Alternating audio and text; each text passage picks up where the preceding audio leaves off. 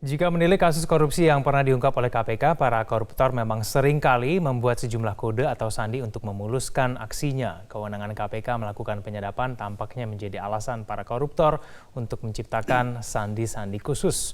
Untuk membahas kode ala koruptor ini sudah bergabung sama kami, ada peneliti dari Indonesia Corruption Watch, Ade Irawan. Mas Ade, selamat pagi. Terima kasih telah bersama kami di Metro Pagi Prime Time. Ada Tinatun. Ada daging busuk, ada apel Washington, apel Malang. Menurut Mas Ade, penggunaan sandi-sandi ini untuk menyamarkan kasus korupsi yang mereka lakukan antar pejabat dan juga swasta seperti apa, Mas Ade? Iya, seperti tadi diungkap, memang ini bukan modus baru. Ini modus lama dan ya ini bagian dari penyamaran supaya transaksi suap atau transaksi korupsi mereka bisa dalam tanda petik mereka merasa aman gitu ya. Padahal kalau lihat kasus-kasus yang diungkap oleh KPK, umumnya kan tidak sekali jadi gitu, tidak sekali jebret gitu ya. Tapi mereka KPK sudah cukup lama melakukan pengumpulan bahan dan lain sebagainya. Kasus Bekasi saja hampir 1 tahun yang diakhiri dengan hampir diakhiri dengan OTT gitu ya. Jadi sebenarnya percuma juga mereka buat sandi-sandi macam itu. Tapi kan Mas Ade, semua kan tahu ya bahwa paling tidak KPK itu punya fungsi penyadapan. Dan ketika kemudian ada istilah-istilah yang asing antara kemudian pihak swasta dan pihak pejabat, bukankah ini justru akan menimbulkan kecurigaan sebetulnya? Ini menurut Anda bagaimana?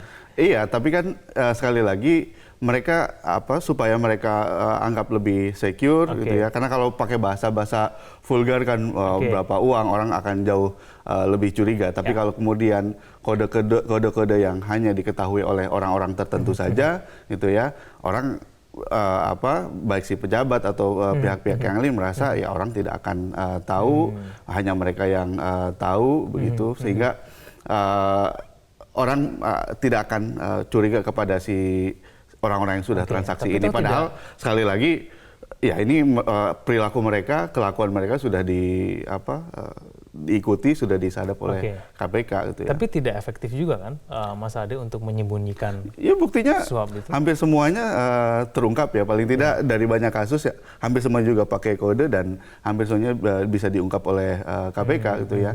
Karena sekali lagi ini kan bukan cuma sekali jadi gitu ya, tapi prosesnya sudah lama, ada laporan masyarakat, dikumpulkan bahan-bahannya, kemudian taping gitu ya, dan dalam kasus Bekasi kan beberapa kali transaksi gitu ya, walaupun yang terakhir hanya 1,3 M, tapi total yang diberikan pengusaha kepada pemerintah kabupaten dalam hal ini kepala dinas dan bupati sudah hampir 7 M, artinya prosesnya sudah lama begitu. Oke, baik. Tapi jadi kemudian jangan merasa kemudian harus pakai kode-kode terus merasa aman, tidak akan ada yang menangkap. Gitu. Dan saya kira ini juga pelajaran bagi pejabat-pejabat publik yang lain. Gitu. Baik. Modus yang kemudian juga dilakukan oleh yang menyuap dan juga yang disuap ini adalah kemudian metode cash and carry. Kemudian kan kalau rekening kan pasti akan tercium pencucian uang. Nah ini kalau menurut Anda pencermatan mengenai modus cash and carry ini seperti apa, Mas Ade? Ya, kalau lihat tren korupsi yang dibuat oleh ICW maupun kasus yang tangani oleh KPK,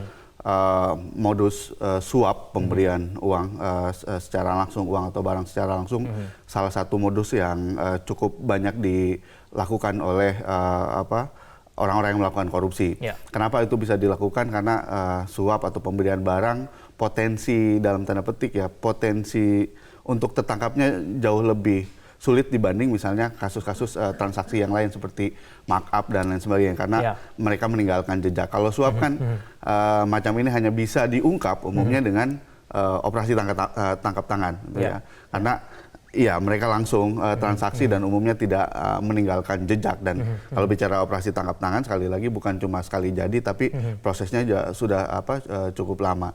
Jadi memang trennya kalau dilihat dari tren korupsi, trennya ya lebih banyak ke penyuapan ini, karena sekali lagi potensi untuk diungkapnya jauh lebih kecil dibanding kasus-kasus modus-modus yang lain seperti markup atau manipulasi keuangan. Tapi kalau kemudian mengenai inisiatif penggunaan sandi, lalu kemudian cash and carry, kalau menurut dari penelitian dari ICW sendiri, sebetulnya inisiatif itu datangnya dari mana duluan ya? Untuk menyuap dan disuap itu sebenarnya gimana? Tergantung. Kalau sesuatu yang legal tapi dipersulit, ya biasanya itu inisiatif dari si penerima. Oke. Tapi kalau kemudian itu ilegal mau dibuat menjadi legal, biasanya inisiatif dari si pemberi. Jadi mereka ya sudah tahu memang tidak boleh membuat sesuatu di daerah tertentu atau wilayah tertentu, tapi kemudian dipaksakan, akhirnya didorong. Tapi kalau lihat secara umum memang ada survei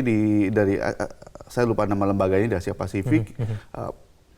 Pengusaha memang cenderung merasa atau menganggap suap dalam proses perizinan maupun suap untuk mendapatkan tender itu bagian dari bisnis dan dianggap hal yang biasa. Dan lumrah begitu ya. Tapi KPK paling tidak kan sudah punya semua jurus ya. Paling tidak kan dia udah punya caranya untuk mengantisipasi kode sandi, lalu kemudian mengenai cash and carry juga itu sudah menjadi dalam paling tidak perhitungan mereka. Tapi kemudian kenapa kasus ini kemudian terus terjadi lagi dengan kemudian modus yang mungkin selalu berulang-ulang? Nah, ini kenapa Mas Ade? Iya, itu yang kami prihatin. Ini kan baru beberapa hari ada paling tidak 2 kepala daerah yang dijadikan tersangka dalam kasus yang sama, dalam kasus suap. Nah, kami melihat memang ada banyak faktor. Paling tidak ada 2 faktor utama yang menyebabkan kepala daerah terjerumus dalam kasus korupsi yang sama. Pertama dari sisi internal, ya ini tujuannya memperkaya diri atau memperkaya keluarga atau kelompok mereka, gitu ya. Yang lain juga terkait dengan pengembalian modal politik. Untuk menjadi kepala daerah kan butuh modal yang banyak, atau mengumpulkan uang untuk mempertahankan atau memperluas kekuasaan. Itu dari sisi internal. Dari sisi eksternal, kenapa mereka bisa mudah melakukan itu? Karena tata kelola buruk, tidak terbuka, lalu kemudian tidak ada pengawasan baik di internal maupun di eksternal. Dan terakhir, kalau kepala daerah, paling tidak catatan kami itu banyak tekanan, gitu ya. Paling tidak ada 4 tekanan yang membuat kepala daerah terjumus dalam kasus korupsi. Pertama, tekanan dari keluarga, gitu ya. Banyak keluarga kepala daerah yang memperdagangkan pengaruh kepala daerah untuk mendapatkan rente. Misalnya untuk meminta sejumlah uang kepada pengusaha yang ingin mendapatkan proyek di daerah tersebut, gitu ya. Jadi bahkan di banyak daerah anggota keluarga justru yang mengendalikan si kepala daerah, terutama yang terkait dengan dinasti. Yang kedua, DPRD, gitu ya. DPRD juga bisa menekan kepala daerah untuk terjumus dalam kasus korupsi, terutama terkait dengan pengesahan aturan, pengesahan anggaran. Misalnya kasus di Jambi, antara lain soal itu, gitu ya. Yang ketiga, partai pendukung, gitu, karena ya sebagai balas jasa, ya mereka minta imbal balik, baik proyek dan kewenangan yang lain, gitu ya. Terakhir ya dari birokrasi, gitu. Birokrasi juga bisa menjerumuskan kepala daerah dalam kasus. Kita akan mencermati dulu informasi berikut ini. Mas Ade, ini Bupati Bekasi Neneng Hasanah Yassin ini menolak mengkonfirmasi bahasa sandi Tinatun adalah ditujukan untuk dirinya. KPK sendiri sudah menyatakan ada 4 sandi korupsi yang digunakan, yaitu Tinatun, penyanyi, Windu, dan Melvin. Neneng Tinatun, Bu, yang Bu, Ibu dipanggil Tinatun ya, Bu? Bu Neneng, Ibu Tinatun ya, Bu? Bu Neneng, Ibu menerima uang nggak, Bu? Bu Neneng, udah, weh depan, weh gantian lo. Bu, kalau sandi Tinatun itu Ibu ya? Driver goblok sih. Ya, Mas Ade, menurut Mas Ade siapa Tinatun sebenarnya? Ya, saya tahu Tinatun yang nyanyi bolo-bolo. Nanti dalam persidangan lah bisa terungkap siapa Tinatun itu ya, begitu. Mungkin Tinatunnya sendiri juga pasti kaget namanya digunakannya begini ya.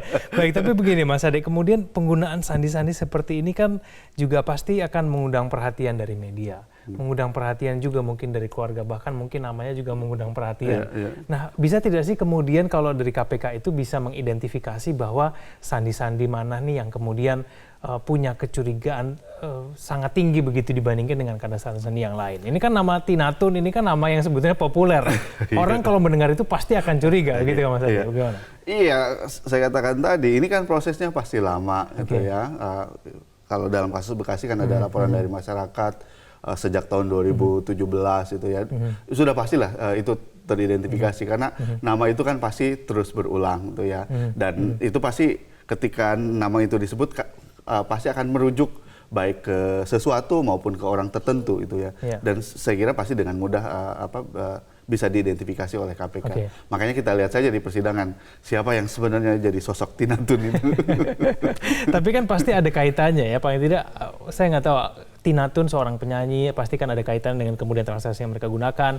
Misal contohnya kalau misalnya kita lihat contoh-contoh yang sebelumnya, misalnya kayak ada Apple Washington, misalnya menggunakan kurs dolar begitu, atau mungkin Ampal Malang kurs lokal begitu rupiah. Nah ini pasti ada kaitannya.